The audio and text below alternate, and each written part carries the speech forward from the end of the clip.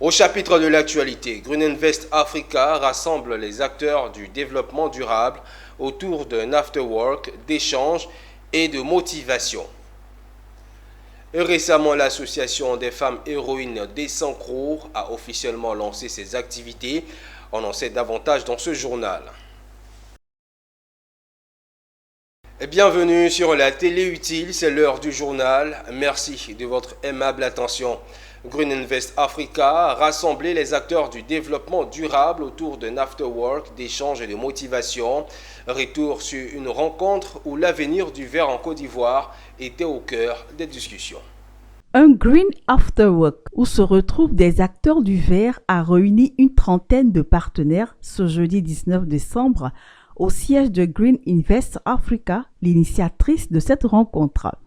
Suite au lancement de la deuxième édition du Green Hub Accelerator Programme le GAP 2, qui se poursuit avec succès, bien qu'encore inachevé, des échanges d'idées et le partage d'expériences afin de mieux aborder la dernière phase en 2025 consacrée à l'accès au financement des PME vertes est bien justifié.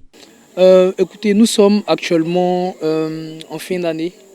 Donc on a tenu à travers cet afterwork remobiliser tous les acteurs clés qui justement interviennent sur la question d'économie verte. Nous sommes partis, pour la troisième phase, nous sommes partis pour le trimestre, donc on dirait de janvier jusqu'à mars. Voilà, et on espère pouvoir boucler avec des résultats assez probants. Green Invest Africa, une identité de conseil et d'ingénierie climat, bas carbone et finances climatiques, est une opportunité pour les PME et start-up du verre. Notre vocation à nous, c'est une vocation vraiment d'accompagner et de faire en sorte que les PME puissent se développer, puissent avoir de l'impact. On veut faire en sorte que pour les PME qui sont déjà engagées dans les domaines du verre, on leur trouve des solutions. Pour celles qui ne le sont pas, mais qui désirent s'engager, pour regarder s'il y a des opportunités qui peuvent leur permettre d'accélérer leur développement, nous sommes disponibles, Green Invest Africa, parce que c'est notre mission de les recevoir, de les accompagner, de les aider à structurer leur dossier et de renforcer leurs capacités. Créé en 2020, Green Invest Africa est également installé au Togo, au Ghana et au Bénin. Autre fait marquant de cette journée, le Palais des Sports de Treichville qui a également vibré ce samedi au rythme des chants et des plaidoyers pour la paix. Des milliers de femmes du caucus des femmes de Côte d'Ivoire pour la paix ont appelé à la préservation de l'unité nationale et à la cohésion sociale sous la présidence de l'honorable Mariam Traoré.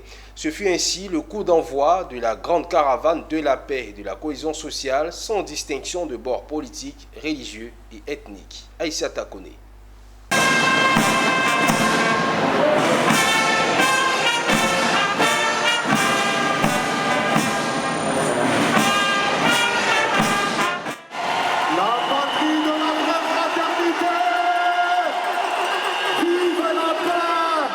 Une Côte d'Ivoire unie, prospère en paix, émergente dans la paix.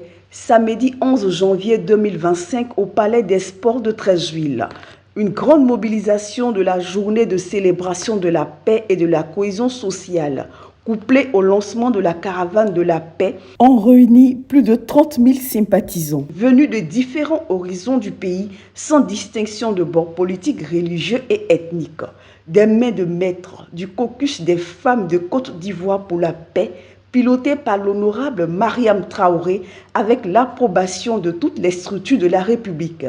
Un défilé des femmes des différents ministères de la République, des eaux et forêts, ONG, des mannequins, plusieurs secteurs d'activité, y compris le monde des grandes figures du ballon rond, Didier Drogba, Gervinho Seridier et des acteurs de divers bords, tous engagés pour la paix, ont lancé un message fort. Nous avons réussi l'exploit de ce grand rassemblement.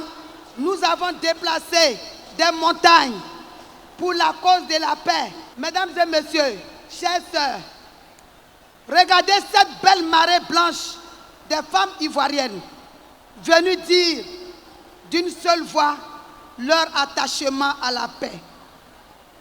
Les femmes de Côte d'Ivoire savent faire la part des choses. Elles savent faire le bon choix pour leur pays. Il me vient à l'esprit de penser cette pensée du président Félix Houphouët-Boigny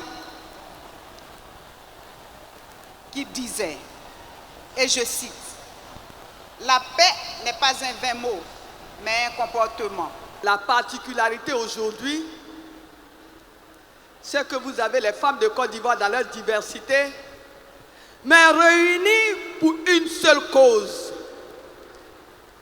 pour une bonne cause, réunies pour la paix. Et je souhaite, comme je l'ai dit, que chacune d'entre nous prenne cet engagement-là. Ça veut dire, chères sœurs, au sortir d'ici, chacune doit prendre son bâton de pèlerin. Sillonner les communes d'Abidjan, sillonner les quartiers d'Abidjan, les hameaux de Côte d'Ivoire, pour prôner la paix, rien que la paix. Vivement que les belles colombes blanches, symboles de paix, illuminent notre âme et notre esprit pour une vie plus paisible.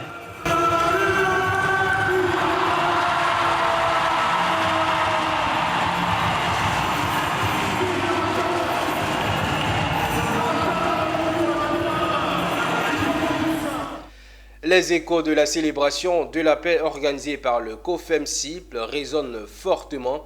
Les participants et observateurs saluent une initiative fédératrice. Réaction et témoignages. Je suis très ému, profondément ému d'ailleurs, de faire aujourd'hui partie de cette plateforme, de cette organisation mise en place pour la paix en Côte d'Ivoire. Et je pense qu'aujourd'hui, c'est un signal fort. Et cette manifestation illustre magnifiquement la force et le pouvoir de la femme à unir toute la Côte d'Ivoire. Nous voulons la paix, à l'image des femmes libériennes, car elles se sont mises en bloc pour imposer la paix aux hommes au Libéria en son temps. Et depuis, vous avez vu qu'au Libéria, il n'y a que la paix. Donc je pense que c'est une bonne initiative de véhiculer ce message de paix avec nos mamans. Et moi, je suis pour la paix, nous sommes tous pour la paix. Il n'y a pas de parti. Je pense que tout ce qui concerne la paix, il n'y a pas de parti. Voilà, c'est tous les Ivoiriens, c'est toute l'Afrique. Et en tant qu'Africains, on aimerait qu'il y ait la paix dans chaque pays africain. Nous sommes ici ce jour, sur instruction de notre directeur général, pour montrer l'importance de la femme dans la recherche de la paix. La poste a été énormément impactée par la guerre. Nos agences ont été fermées, de nombreux collègues sont au chômage. Et il a voulu comme ça aujourd'hui ici, pour montrer l'importance de la paix, l'importance de la femme dans la recherche de la paix. Nous soutenons la paix parce que nous sommes fatigués. Étant les mères, nous souffrons. Nos enfants sortent, nos maris sortent et ils ne reviennent pas. Ce n'est pas affaire de partis politiques, c'est une affaire de la paix. Et la paix, ça concerne tout le monde, tout le pays. Et nous sommes là pour la paix. La paix est un pilier essentiel pour le développement harmonieux d'un pays. Et s'il n'y a pas la paix, nous les femmes, nous serons en difficulté dans toutes nos activités. C'est pourquoi nous avons répondu présent à cet appel. Et dans le sud de Comoé, récemment, l'association des femmes héroïnes des Sankro a officiellement lancé ses activités. C'était lors d'une cérémonie marquante organisée à la place du marché des Sankro dans la commune d'Assini-Mafia. L'événement a rassemblé de nombreuses personnalités locales marquées par l'investiture de la présidente de cette association, Alanitoua.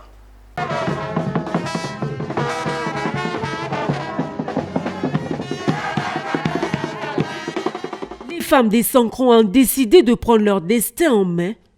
L'association des femmes héroïnes est une initiative qui vise à renforcer l'autonomie économique des femmes des Sankro tout en contribuant à la prospérité de la commune. Elle a officiellement lancé ses activités en présence des forces vives de la région à travers l'investiture officielle de Kakou Hélène en tant que présidente de l'association. Je suis très heureuse aujourd'hui parce que j'ai été éclaircie. Je remercie tous ceux qui nous ont soutenus. Que Dieu les bénisse. Parce que ce n'était pas facile, mais par la grâce de Dieu, on a pu aller jusqu'au bout. Je remercie tous ceux qui nous ont portés aussi en prière. Que Dieu les bénisse abondamment. À travers des projets innovants, tels que la création d'une plantation de manioc et la mise en place d'une ferme de poules, L'association ambitionne de promouvoir l'autosuffisance alimentaire et de générer des revenus durables pour ses membres. Le parrain de l'événement a témoigné de son admiration pour cette initiative. Il a encouragé les membres de l'association à préserver dans leur engagement et à exprimer son appui à long terme pour les projets de l'AFHE. Et ça, c'est quelque chose de fort que j'ai dû constater et je ne peux que encore les encourager. Donc j'ai marqué mon adhésion tout de suite et comme j'ai dit lors de mon intervention, mon engagement justement en partant du lancement officiel de l'initiative depuis Sankro, l'initiative pour son développement, qui est une initiative qui a porté résolument sur l'action du gouvernement local. Le lancement des activités de l'association des femmes héroïnes des Sankro représente un tournant important dans l'histoire, la localité, avec des projets concrets pour l'autonomisation des femmes et le développement durable de la commune. Rendons-nous dans la boucle du cacao, dans l'ouest de la Côte d'Ivoire, précisément à Méagui, où récemment la ville a vibré au rythme de l'Anabrewi Festival. Ce festival de promotion de la culture du peuple bakoué était à sa 5e édition. Abel Kouaou. À Méagui, la culture du peuple bakoué était sur les projecteurs à l'occasion de la 5e édition de l'Anabrewi. 3 jours de festivités culturelles pour tenir en haleine des festivaliers venus de tout le Bas-Sassandra en quête découverte. C'est-à-dire en Côte d'Ivoire, les Bakoués parlent à la télévision. On a des artistes qui sont les Cressaré, les Eric Patron, les Arnaud Mira qui sont connus. Ce sont des Bakoués. Mais les gens disent qu'on ne nous connaît pas. C'est dommage quoi, c'est dommage. Parce que certains disent que quand je suis à San Pedro, on dit tu es crewman. Quand je dis je suis de Sassandra, tu es Néo. Quand je dis je viens de Soubré, tu es Bété. Donc tout ça, ça nous fatigue tellement que nous avons décidé enfin d'organiser un festival, une fêtière autour de laquelle nous allons parler notre Tini, notre langue maternelle et faire connaître aussi notre peuple à travers les médias, à travers tous ceux qui vont venir nous inviter. Parce que chaque année, on a un invité. Tout y est dans l'Anabrewi Festival, valorisation de la langue du terroir, mythes et mystères, danse, chant, cuisine et même accoutrements traditionnels. Au-delà du peuple bakoué, l'Anabrewi Festival, c'est le rendez-vous des habitants de la région de la Nawa, du Boclé et de San Pedro, se réjouit Yepi Senghor, maire de la commune de Méagui. Nous sommes en train de faire l'effort pour que ce festival, qui porte le nom d'un seul peuple, le peuple bakoué, puisse connaître en tout cas son éclosion. Et pour connaître cette éclosion, il faut effectivement des associations fortes, des groupements forts pour le soutenir. La 5e édition de l'Anabrewi Festival de Méagui était placée sous la présidence de Boueka Nabo Clément, président du Conseil national de San Pedro, et sur le parrainage de Netro Tagbo René, président du conseil régional de la Nawa et député de Méagui. Venus de toutes les contrées, enseignants, chercheurs et docteurs pour trouver des solutions sur les défis de la sécurité alimentaire et du développement durable en Afrique. C'était le mois dernier à l'université Peleforo Gonkoulibaly de Korogo, sous le thème « Les sciences naturelles, techniques et sociales face aux enjeux de la valorisation innovante des ressources et sécurité alimentaire ». Le reportage est signé Ouattara Daouda. La promotion de l'agriculture durable pour améliorer la nutrition et assurer la sécurité alimentaire aux fins de mettre un terme à la faim et à la famine d'ici 2030 est le point commun de toute politique de développement. C'est pourquoi l'université Peleforo Gonkoulibaly de Korogo a organisé du 3 au 6 décembre dernier la première édition du colloque international sur les défis de la sécurité alimentaire et du développement durable en Afrique. À travers ce colloque, nous avons l'opportunité de nous engager dans une conversation essentielle sur les stratégies qui peuvent garantir une sécurité alimentaire durable pour l'Afrique. Comment les politiques publiques, la recherche scientifique, les innovations technologiques et les pratiques agricoles durables peuvent-elles être alignées pour répondre aux besoins alimentaires en préservant les ressources naturelles? À l'issue, un portrait de la politique de développement durable de l'agriculture en Afrique prévu par le nouveau partenariat pour le développement de l'Afrique est présenté. Les acquis, forces, faiblesses, menaces et les opportunités de la valorisation des ressources naturelles et humaines en Afrique ont été exposées. La question de sécurité alimentaire et de développement durable qu'on pose, je le dis, est une question plurielle. Donc ça concerne tout le monde. Et pendant que la recherche, les agents de développement, les structures techniques, il faut aussi prendre en compte les données sociologiques, les données de nos cultures, de nos coutumes. Et là, comme on l'a dit, lorsqu'on fait les projets qu'on va vers la population, il y a aussi des paramètres que les populations locales vont devoir nous donner. Donc, à travers des 20 programmes qu'ils ont élaborés comme programme d'activité, je crois que s'ils arrivaient à exécuter ces 20 programmes, le pays serait de l'avant.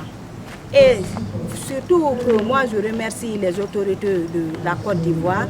La conférence, panel et table ronde ont meublé ces 4 jours de travaux sur plusieurs axes à la grande satisfaction de tous. Et c'est ici que prend fin cette édition. Merci de l'avoir suivi. Rendez-vous est pris dans nos prochains numéros. Portez-vous bien. On meublé ces 4 jours de travaux sur plusieurs axes à la grande satisfaction